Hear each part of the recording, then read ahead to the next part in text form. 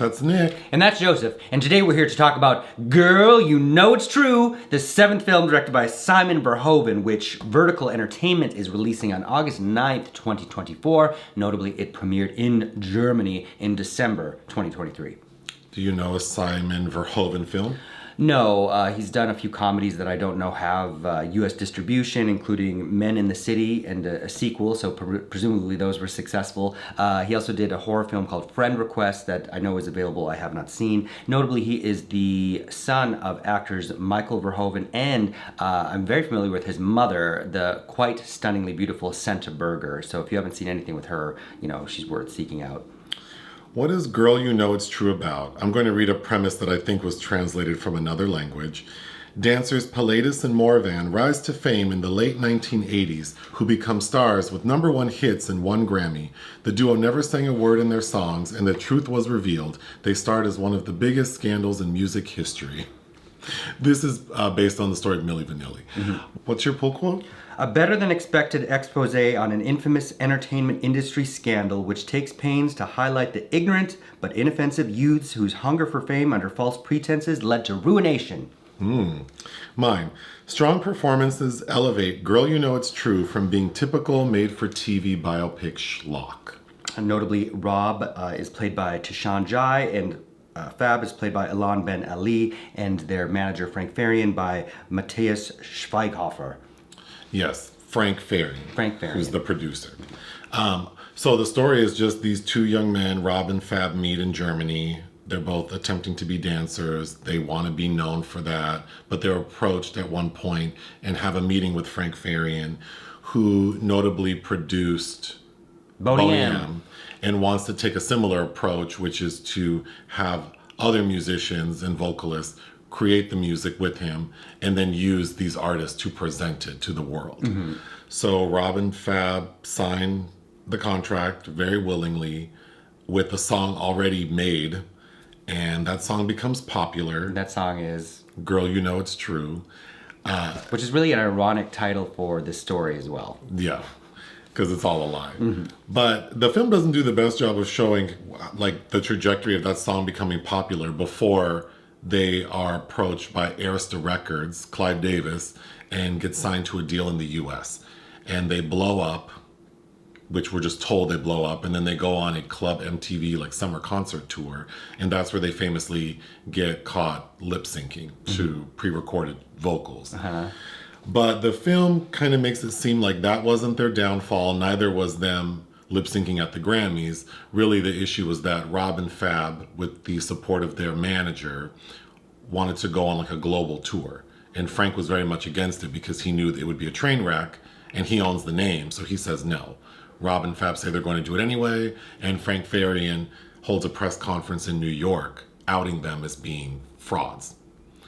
Then the film shows their careers like crashing immediately. It's also important to know that we see particularly Rob deal with a drug and alcohol issue. Mm-hmm. So then we flash forward like 10 years and we see that Rob dies as a result of his addictions. However, Fab has sort of moved on. We see him working like in a restaurant and kind of doing like little coffee shop gigs. Mm-hmm. But that's at the end of the story they tell. Another key thing is that there is a group of young people. They're really not very well explained, but there's a group of young men, I believe it's like 4 young black men, who wrote Girl, You Know It's True. Uh-huh. And Frank Farian stole that song from them. So we do get mentioned that they were successfully able to sue. We don't understand how much money they get, but then we're told that they did end up all becoming successful in the music industry. Based on the money that they eventually fought for and received off the backs of that song. So the primary actors we mentioned, except for Milli. So Milli is Frank Farian's partner, played by Bella Dayne, who reminds me she could be Carla Juri's doppelganger, another German actress. I thought she looked like Sarah Paulson, but I think the 4 of them do a fine job. Yeah, and I think that together that this quartet really elevates this beyond something that it would otherwise probably feel a little bit basic. Yeah. thing else I didn't mention is the device that's used is Rob and Fab are sort of narrating the film, not unlike Michelle and her biopic for Lifetime. Yeah, except this is the actors, this is their 1989 selves. Yes. Sort of describing to the audience what's happening. So they're breaking the fourth wall. Frank Farian also does it a couple of times. That's true. Yeah. So it's interesting we watched this because not too long ago I watched the 2023 documentary Milli Vanilli. And there are some pretty big discrepancies as far as how the stories are told. I think the documentary does a much better job showing how popular these two became over a very short period of time, and how the scandal was precipitated by the lip-syncing incident for the Club MTV tour, but then when they won the Grammy and were allowed to lip sync on the Grammys, that's when things really started to decline for them. And then, of course, when Frank Farian gave the press conference, that's when they really had trouble. But the film doesn't really show what they did afterwards, whereas the documentary does. Yeah, because as a kid, I remember that commercial they did, that sugar-free gum commercial. Carefree gum, yeah. Which I'd imagine is, there's a clip, there must be a clip of that in the Milli Vanilli documentary. But yeah, I was also surprised that they didn't, it seems like the downfall is so immediate, and that's not necessarily true. I mean, it was a scandal, but they did try to come back from it. Another discrepancy is that in the documentary, Milli, Frank Farian's partner, she's in it talking, and she explains that she had a very strong fondness for the two and actually had some romantic interest in Fab, and also was integral in financing she had a romantic interest with Rob and was integral in getting money to get Rob into rehab. And the film also explains that. So I'm more inclined to believe her, and she says that Rob and Fab knew exactly what was going on. They knew that they were going to be lip syncing over someone else's vocals, and they didn't care because all they cared about was being famous. In this film, they are very preoccupied with being a success, but the film goes, I think it goes to great lengths to show that they think they're just faking it till they make it. Like they're going to turn a lie into reality. Which I think I had issue with because they can't sing. Well, they try to and they can't. And there's no, I feel like we get very little from the two men of who they think they are and how they think they're going to do this. We never even hear them acknowledge, we really can't sing. What are we thinking? Well, the film shows the Germans saying that Fab can maybe sing, but Rob definitely can't. Right. But the two men themselves don't ever... They paint them like they felt like they were brothers and they really were committed to one another. So I found it odd that we don't get a moment where they are honest with one another. We can't sing. What are we trying to do? So it starts earlier in their youths, and the film also kind of gives us more of what the perspective might have been like for Rob, which is interesting because Fab is still alive. Fab, we see him talking to his mother on the phone in France, but we don't ever see her. But we see that Rob's experience, because I think he has he's adopted by these two white German people that, in his words in this film, that treated him more like a social experiment, like they were making a point to adopt this little black kid. And they were very cold, which reminded me a little bit of Pose or I was curious about what Naomi Small's mother would think of this situation. But we lean much more into that because I think this film is taking liberties by... They do that so when they pop off in the United States, Rob suddenly gets a letter from a man claiming to be his father, this black man, and who's a character actor I've seen in a really terrible movie in an actual German film by Andreas Dresen. Anyway, he's corresponding with this person over the phone, and then we learn, and he learns a little too late after being hurt by it, that there's some person scamming him. And I think that this film is trying to show the actual ripple effects of hurt when someone is faking who they really are.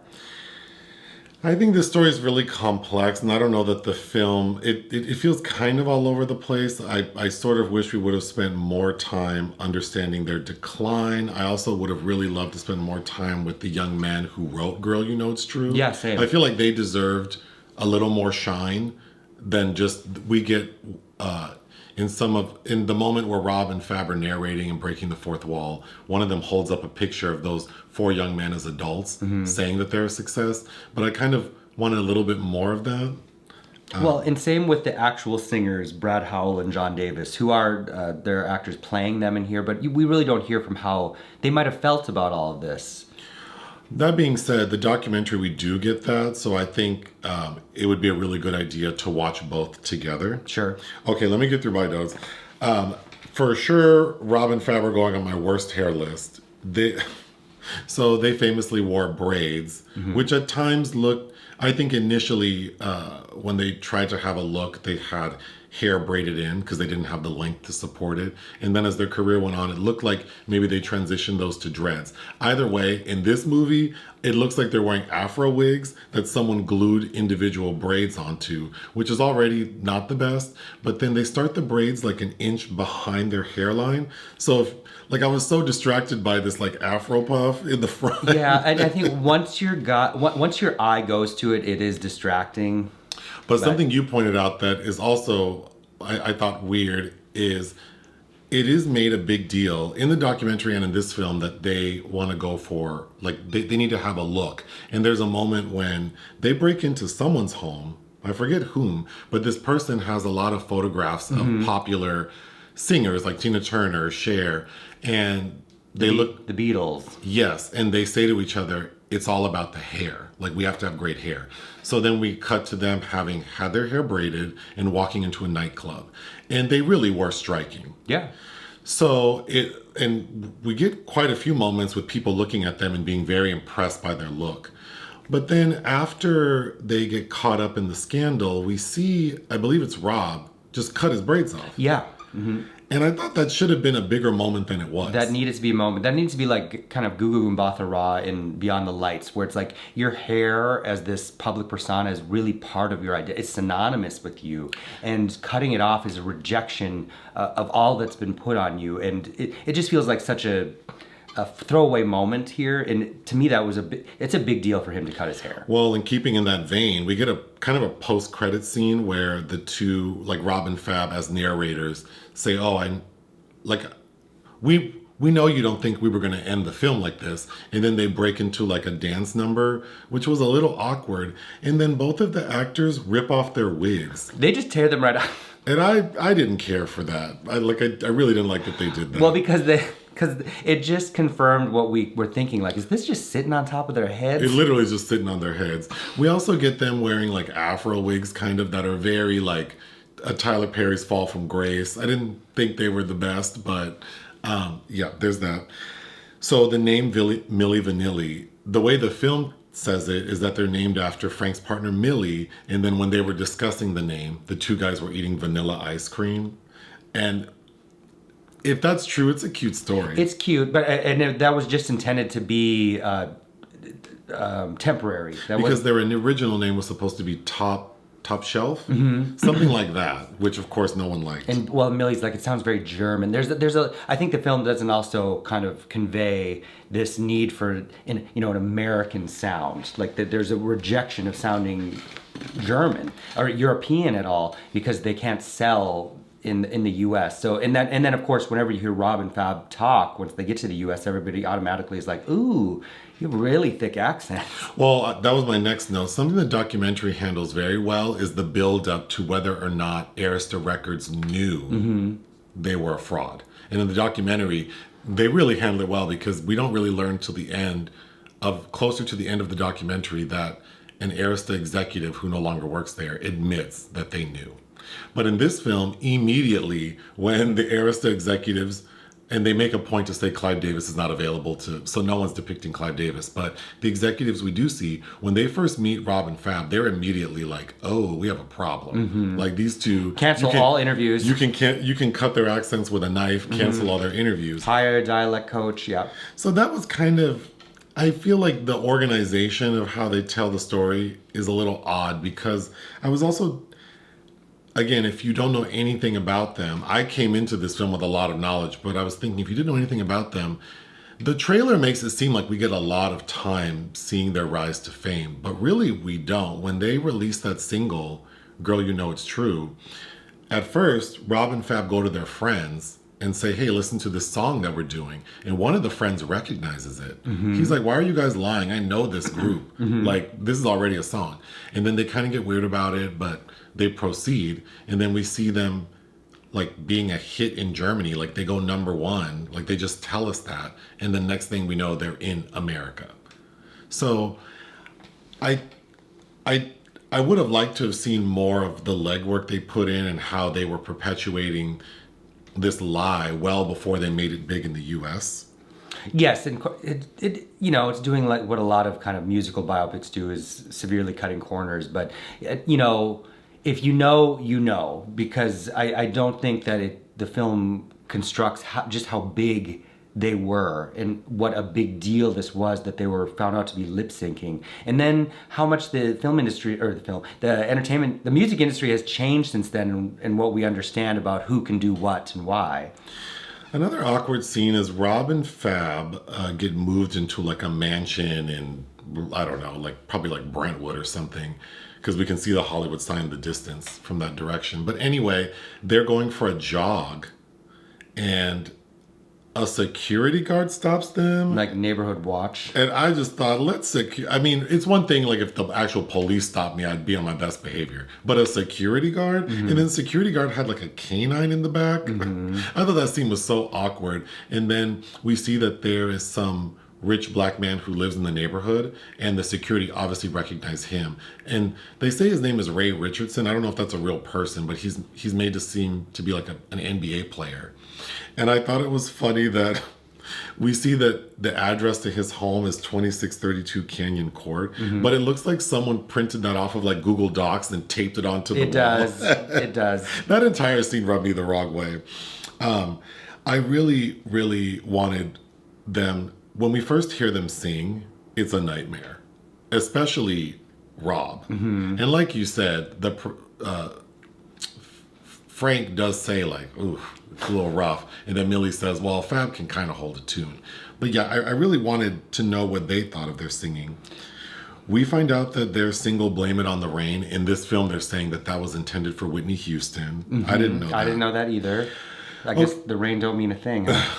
The concert footage, this film, I think they were pretty creative with the resources they had. There are moments when it seems like maybe they didn't have the most resources, particularly using news footage. Yeah. I'm assuming they couldn't get the licensing to use like a lot of what's available. And I thought the concert footage it reminded me of that movie Repo, a genetic rock opera. Paris Hilton. Yeah, it hasn't... I do feel like they took an interesting approach to make the most out of what they had. The manager the actor playing the manager, I thought he looked like if you mixed Christian Bale with a Brolin. Oh, he's very caricature with that voice. I kind of liked him. He was reminding me of, God, I'm forgetting the name. He played Kristen Stewart's dad in Twilight, Billy. Yes, him too. Yeah. Oh my gosh, I didn't know this, and I don't know if it's true, but the manager says that they got an offer from Nike to have their own brand of sneakers where the laces would look like their braids. I almost fell off the couch. Interesting. Like, imagine if they would have done that. We also learned that Fab is obsessed with sushi. That sushi comes up a lot. And again, it's like, I would have loved to expound on other things versus like them being weird about sushi. I also thought some good casting would be Tijan Njie could play Leona Lewis's brother. Like I kept thinking of her watching him throughout this movie. There's another crunchy scene after their decline. Like they literally, it's like from one scene to the next, their mansion that they lived in looks like Grey Gardens. Yeah. And they're told they have to move. And then we see them sitting at a restaurant, and the bartender, because the restaurant they go to has their like signed photo up on the wall, like a lot of those Hollywood restaurants do.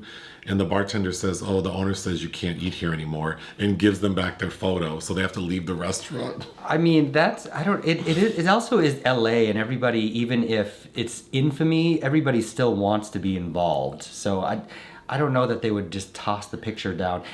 To me, that means they're not paying their bill. Well, I assumed that they were getting to eat in the restaurant for free because they are big stars, and now that they're a fraud, they don't want to be associated with them. But it just was handled kind of odd. Then immediately cut to them living. They've cut their braids out and they're living in some like basic apartment. And we see Rob literally smoking crack. It felt kind of jarring because prior to that, we do get a couple of moments where we see them partying pretty hard in this lavish mansion, snorting a lot of cocaine. And really it's Rob that's taking it a little bit too far. But it was like big leaps. I did think the scene where Milli goes to Frank and says, I need $300,000. Rob's in trouble. He got arrested. We need to bail his ass out. We need to get him back over here, get him in rehab. And then she goes to see him, like, as he's released from jail. And then there's a moment when the correctional officer is saying, I don't care if they lip sync. I used to love their music. And then Milli gets emotional with Rob. I thought that was very well done. It was sweet, but I also, it also downplays Milli's relationship. She showed in bed with one of them, just sleeping once, but it's like it doesn't want to go there per se. Yeah, there are aspects of their story that I think the film. It seems like if the family was involved or if Fab was involved in the making of this, then maybe they're trying to handle this a little more delicately by not saying that they were just fame-hungry young people who did this thing and got caught up and we shouldn't feel that bad for them. The way this film goes, it's really like, we're supposed to have a little more sympathy for them. I think so. I mean, there are people that got screwed out of the music that they actually created that was stolen from them. But at the same time, we have all kinds of artists that we know full well aren't really singing their songs now. Okay, that was my last point, is I feel like there was a missed opportunity with having Rob and Fab narrate the film to not show other examples of artists who did it, like Black Box, CNC Music Factory. And then also, I think it would have been interesting to compare, like, had they come out 15 years later, the idea of artists lip syncing is a very common thing, especially dance artists. And then now with TikTok, and I even see like videos making fun of Milli Vanilli, like Milli Vanilli looking at all the TikTok people becoming famous off of lip syncing other people's music. I feel like that was a missed opportunity to not bring up other examples of how